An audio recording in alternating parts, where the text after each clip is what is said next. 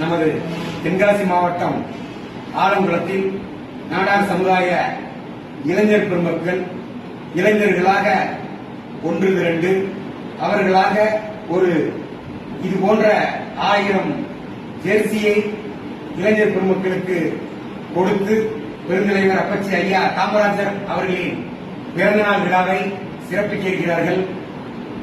எனவே ஆலங்குளம் அருகில் இருக்கக்கூடிய தென்காசி மாவட்டத்தில் இருக்கக்கூடிய திருநெல்வேலி மாவட்டத்தில் இருக்கக்கூடிய நமது நாடார் சமுதாய சொந்தங்கள் ஐயா அவர்களின் 122வது பிறந்த தின விழாவை முன்னிட்டு ஆலங்குளத்தில் இருக்கக்கூடிய அப்பச்சி பெருந்தலைவருடைய திருவுருவச் சிலைக்கு மாலை அணிவித்து மரியாதை செலுத்த நானும் வருகை தர இருக்கிறேன்.